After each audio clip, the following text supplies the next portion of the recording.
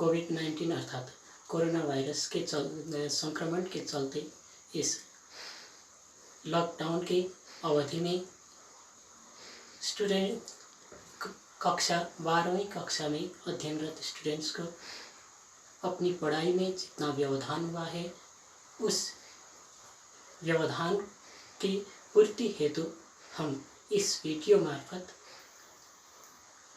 कक्षा 12वीं कक्षा में अध्ययनरत CBSE बोर्ड वाले विद्यार्थियों को ये वीडियो के मार्फत हम जितना हो सके पढ़ाना चाहते हैं। और आज हम पढ़ने जा रहे हैं कि क्लास 12 के 12वीं कक्षा के अंतर्गत आरोह भाग 2 के अंतर्गत सबसे पहला पाठ आत्म परिचय पढ़ने जा रहे हैं। और इसके कवि हैं हरिवंश राय बच्चन, जो छायावादी युग के एक सशक्त कवि माने जाते हैं। और हम इस तरह कॉमन सेंस से इस तरह हम उन्हें समझ सकते हैं कि वे प्रसिद्ध बॉलीवुड अभिनेता अमिताभ बच्चन के बाप हैं।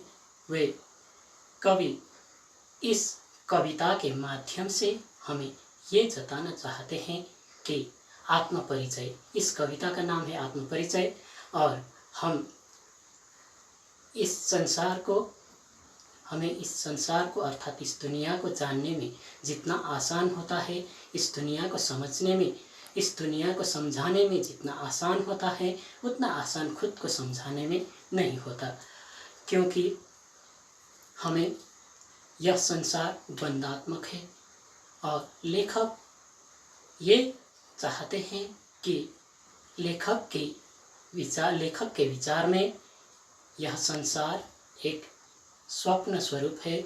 यह संसार उनकी कल्पना की दुनिया से अलग है, क्योंकि वे अपनी कल्पना की दुनिया में रमना चाहते हैं और वह इस भौतिक संसार से हटकर एक ईश्वरीय दुनिया को चाहते हैं।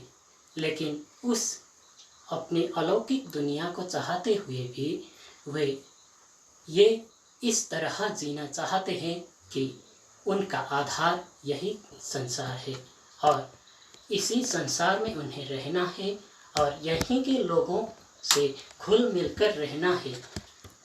तो यहीं का आचरण करना जरूरी होता है। इसीलिए लेखक हमें ये जताते हैं कि मुझे इस दुनिया से कुछ लेना देना नहीं है, लेकिन इसी दुनिया में मुझे रहना है। इसलिए मैं इस दुनिया में जीने का नाटक कर रहा हूँ। इस दुनिया में जीने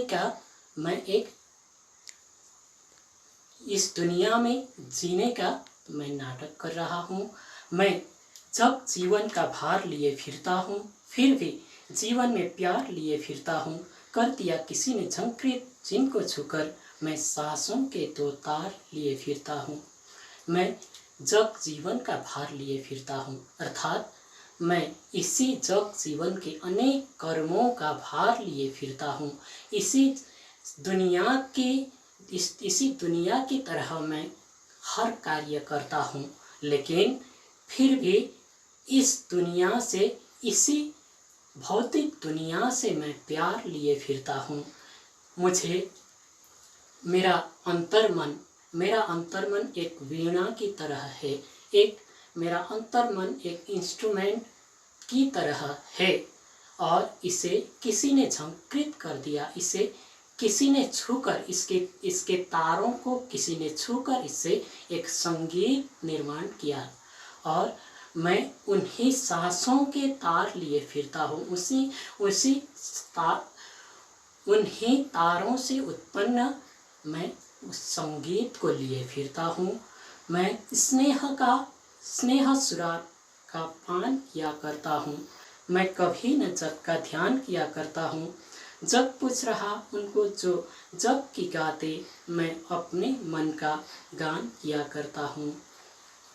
मैं स्नेह का सुरापान किया करता हूँ। अर्थात सुरापान का मतलब अमृत, जो देवताओं के द्वारा पिया जाता है। मैं स्नेह रूपी, मैं सब लोगों में अपना स्नेह बांटकर जीना चाहता हूँ। और मैं कभी न जग का ध्यान किया करता हूँ। मैं कभी इस जग में कोई भी कुछ कर रहा हो, कोई भी अपने राह में चल रहा हो, उनका देखा सीखी मैं कभी नहीं करना चाहता हूँ। जग पूछ रहा उनको जो जग की गाते, मैं अपने मन का गान किया करता हूँ। जग पूछ रहा फला ये करता है, फला वो करता है, जग इस तरह पूछता रहता है, लेकिन मैं किसी की परवाह न करके खुद के मन की गान किए फिरता हूँ। मैं नीच ऊर के उद्गार लिए फिरता हूँ, मैं नीच ऊर के उपहार लिए फिरता हूँ। है यह अपूर्ण संसार न मुझको भाता, मैं स्वप्नों का संसार लिए फिरता हूँ। मैं नीच ऊर के उद्गार लिए फिरता हूँ, अर्थात मैं खुद के भाव का उद्गार, अर्थात खुद के भाव का कहावत लिए फिरता हूँ। और मैं नीच ऊर के उपहार लिए फिरता हूँ, मैं खुद के मन का उपहार लिए फिरता हूँ। है यह अपूर्ण संसार, अक्सर ये संसार अपूर्ण है मेरे लिए। यह संसार क्षणभंगुर है, क्षण भर में नष्ट होने वाला है। यहाँ न कोई किसी की भावनाएं, न किसी की इच्छा पूर्ति होती है। ये संसार इस तरह अपूर्ण है, लेकिन मैं इसी अपूर्ण संसार में भी अपने स्वप्नों का संसार बनाकर जिया करता हूँ। मैं जला हृदय में अग्नि दाह करता हूँ, सुख दुख दोनों में मग्न रहा करता हूँ। जग भव सागर तरने को नाव बनाए, मैं भव मौजों पर मस्त बहा करता हूँ।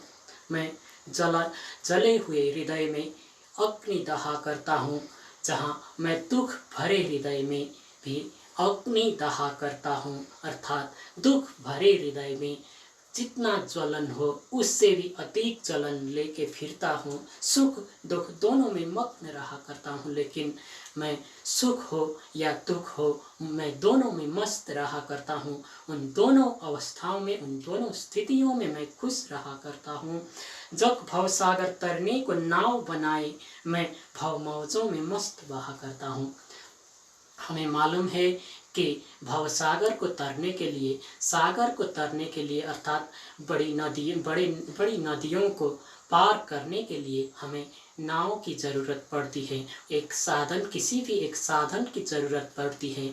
लोग इस भवसागर को तरने के लिए, इस संसार से मुक्ति पाने के लिए नाव बनाते हैं, इसे पार करने के लिए नाव का इस्तेमाल करते हैं। लेकिन मैं खुद उस सागर में मग्न रहकर तैरते हुए मैं उसे पार करना चाहता हूँ। मैं यौवन का उन्माद लिए फिरता हूँ, उन्मादों में अवसाद लिए फिरता हूँ। जो मुझको बाहर हंसा रुलाती भीतर, मैं हाय किसी की याद लिए फिरता हूँ। मैं यौवन का उन्माद लिए फिरता हूँ, अर्थात मैं इस युवा अवस्था, अर्थात मैं इस यौवन अवस्था का उन्माद लिए फिरता हूँ। जिस तरह इस संसार के मोह में मोहित लोग अपने यौवन का उन्माद लिए फिरते हैं, मैं भी उसी तरह यौवन का उन्माद लिए फिरता हूँ। और उसी उन्मादों में मैं अवसाद लिए फिरता हूँ। मैं उस उन्मादों में, उन्हीं खुशियों में मैं अवसाद भी लिए फिरता हूँ, थोड़ा सा दुख लिए फिरता हूँ, क्योंकि यह संसार मेरे लिए अपूर्ण है। जो मुझको बाहर हंसा रुलाती भीतर, मैं हाय किसी का याद लिए फिरता हूँ। हमें मालूम है इस दुनिया में हर तरह के लोग रहते हैं। कोई किसी को बाहर हंसाकर भीतर से रुलाना चाहते हैं। इस तरह के लोगों के सामने मैं किसी और की याद लिए फिरता हूँ, अर्थात मैं अपने परमात्मा की याद लिए फिरता हूँ। यहाँ पर लेखक ने परमात्मा को अपनी प्रियतमा के रूप में देखा है। और कवि ये कहते हैं कि मैं जहाँ पर इस दुनिया का इस तरह का आचरण है, जो दूसरों को बाहर बाहर से हंसाकर भीतर से रुलाते हैं। इसी दुनिया में मैं किसी और अर्थात उस असीम सत्ता अर्थात ईश्वर की याद लिए फिरता हूँ।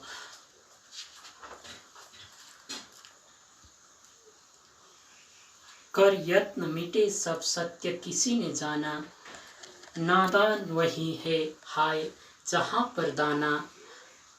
फिर मोड़ न क्या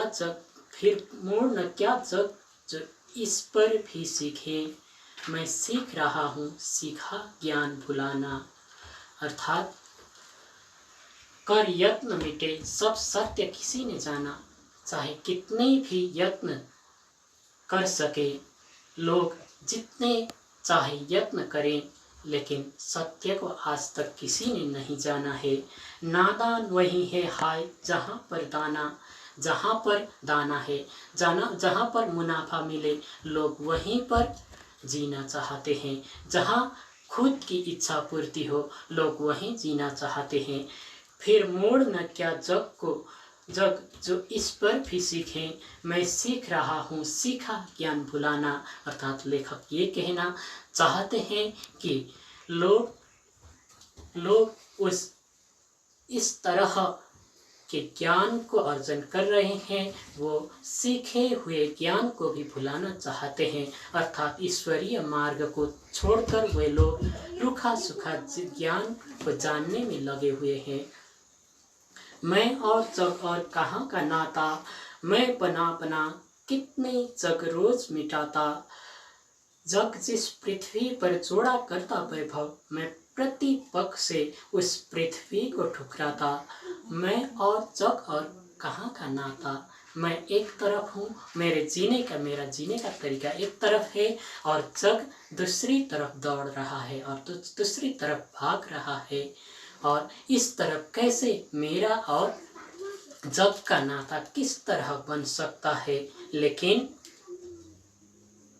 जग अपने ऐश्वर्य, अपनी संपत्ति का मकान, अपने ऐश्वर्य, अपनी संपत्ति के महलों को रोज बनाया करता है, उसी में यह दुनिया लगा हुआ है। लेकिन मैं ऐसे मेरे कल्पनाओं के महल रोज बनाता हूँ और ठुकराता हूँ, रोज बनाता हूँ और तोड़ता हूँ। लेखक ये कहना चाहता है कि इस पद में कवि हरिवंश राय बच्चन ये कहना चाहते हैं कि जगत अपने वैभवों की दुनिया बनाने में लगा हुआ है, वह संपत्ति सुख सुविधाओं के अर्जन में लगा हुआ है। लेकिन मैं उस तरह की दुनिया, अपने कल्पना की दुनिया रोज बनाता हूँ और रोज उसे तोड़ मोड़ कर रखता हूँ। इस तरह मैं अपने कल्पनाओं की दुनिया बनाकर, दुनिया को रचकर इसी दुनिया में मौज मस्ती में रहना चाहता हूँ। मैं नीच रोदन में राग लिए फिरता हूँ, शीतल वाणी में आग लिए फिरता हूँ जिस पर भूपों के प्रसाद निछावर, मैं वह खंडहर का भाग लिए फिरता हूँ। मैं नीच रोदन में राग लिए फिरता हूँ। रोदन का मतलब रोना। मैं नीच रोदन में एक संगीत का राग लिए फिरता हूँ और शीतल वाणी में आग लिए फिरता हूँ। शीतल वाणी में आग लेने का मतलब ये है कि मैं मधुर वाणी बोलते हुए भी उन्हीं में एक जागृत भावना अर्थात सशक्त भावना लेके फिरता हूँ, कुछ करने की इच्छाएं लेके फिरता हूँ जिस पर भूपों का प्रसाद न्यौछावर, मैं वह खंडहर का भाग लिए फिरता हूँ। मैं अक्सर एक खंडहर का मतलब होता है टूटा हुआ मकान, टूटे हुए मकान के छोटे छोटे ढेले, मैं उस तरह का टूटा हुआ खंडहर लिए फिरता हूँ। लेकिन इसी खंडहर में, इन्हीं टूटे खंडहरों में भूपों अर्थात भूपों का मतलब राजा महाराजाओं के महल न्यौछावर होते हैं। इन्हीं टूटे हुए खंडहरों में राजा महाराजाओं के महल भी झुक जाते हैं। अर्थात मेरी कल्पना के खंडहरों में भूपों राजा महाराजाओं के बड़े बड़े महल भी झुक जाते हैं। मैं रोया इसको तुम कहते हो गाना, मैं फूट पड़ा तुम कहते हो छंद बनाना। क्यों कवि कहकर संसार मुझे अपनाए, मैं दुनिया का हूँ एक नया दीवाना। कवि कवि बच्चन यहाँ पर इस पद पर कहना चाहते हैं, मैं रोया जब मैं रोता हूँ, ये जग ये दुनिया में इस तरह समझती है कि ये रो रहा, इसे ये दुनिया गाना कहती है। जब मैं रोता हूँ यह दुनिया गाना कहती है। मैं फूट पड़ा तुम कहते छंद बनाना, जब मैं टूट टूट कर रोने लगता हूँ तब यह दुनिया छंद बनाना कहती है। उस मेरे रोने की संगीत को ये दुनिया गाना कहती है। क्यों कवि कहकर संसार मुझे अपनाए, मैं दुनिया का हूँ एक नया दीवाना। यह दुनिया मुझे कवि कहकर पुकारती है, लेकिन अक्सर मैं कवि नहीं हूँ। मैं तो इस दुनिया का एक नई तरह का दीवाना हूँ, अर्थात ईश्वर के प्रेम में संलग्न एक मैं दीवाना हूँ। ईश्वर पर दीवाना हो चुका हूँ और मैं जितनी भी कविताएं लिखता हूँ मैं उसी असीम सत्ता के संबंध में लिखता हूँ। इसी कार्य को ये जग मुझे, इसी कार्य के तहत मुझे कवि कहती है। और जितनी भी मेरे मुँह से वाणियाँ फूटती है उन वाणियों को ये दुनिया कविता कहती है। मैं दीवाना का वेश लिए फिरता, मैं मादकता निश्चेष लिए फिरता हूँ, जिसको सुनकर जग झूम झुके लहराए। मैं मस्ती का संदेश लिए फिरता हूँ, मैं दीवानों का वेश लिए फिरता हूँ। दीवानों का मतलब मैं प्रेमियों का वेश लिए फिरता हूँ, प्रेमियों के वस्त्र धारण करके फिरता हूँ। मैं मादकता निश्चेष लिए फिरता हूँ। मैं मादकता अर्थात मैं मादकता उन खुशियों को अपने साथ में लिए फिरता हूँ जिनको सुनकर जग झूम झुके लहराए, जिन मेरे अंदर हुए रहे मादकताओं को देखकर लोग झूमे उठे नाचे गाए। लेकिन मैं मस्ती का संदेश लिए फिरता हूँ, मैं खुद की मस्ती का संदेश लिए फिरता हूँ। इस तरह यहाँ पर हरिवंश राय बच्चन अपनी इस कविता के माध्यम से हमें ये कहना चाहते हैं कि लेखक का मार्ग अलग है, इस दुनिया से उनका मार्ग अलग है। वे उस असीम सत्ता वाले, उस ईश्वरीय शक्ति, उस ईश्वर से अपना संबंध रखना चाहते हैं। उनका इस दुनिया से कुछ लेना देना नहीं है, दुनिया की तरह जीना वे नहीं चाहते, लेकिन वह रहते तो इस दुनिया में। उनका आधार अर्थात वेश यही दुनिया है, इसीलिए वे दुनिया की तरह जीने का एक नाटक कर रहे हैं। और यह दुनिया और ईश्वरीय सत्ता अर्थात इस दुनिया से अलग, जो ईश्वर से संबंधित अलग दुनिया है, उस दुनिया के बीच जो द्वंद्वात्मक संबंध है, जो इन दोनों दुनियाओं के बीच अलग थलग चीज है, उस भिन्नता को लेखक समान दृष्टि से देखकर दोनों में एकात्मकता लाना चाहते हैं। इस तरह इस वीडियो को देखकर सभी आज इस वीडियो के अंत में हम ये निवेदन करना चाहते हैं कि हर विद्यार्थियों को ये याद रखना होगा कि इस वीडियो के मार्फत जितना समझ में आ सके उन्हें अपने नोटबुक में उतार लें और इसके बाद जब भी समय मिल सके हम आप लोगों को नोट्स इत्यादि भी प्रस्तुत करेंगे। और कविताओं में जितना समझ में आया और जितनी शंकाएं छूट गई, जहाँ पर आप समझ न पाए वहाँ पर व्हाट्सएप, मोबाइल इत्यादि, व्हाट्सएप फोन कॉल इत्यादि से हमें प्रश्न पूछ सकते हैं। धन्यवाद।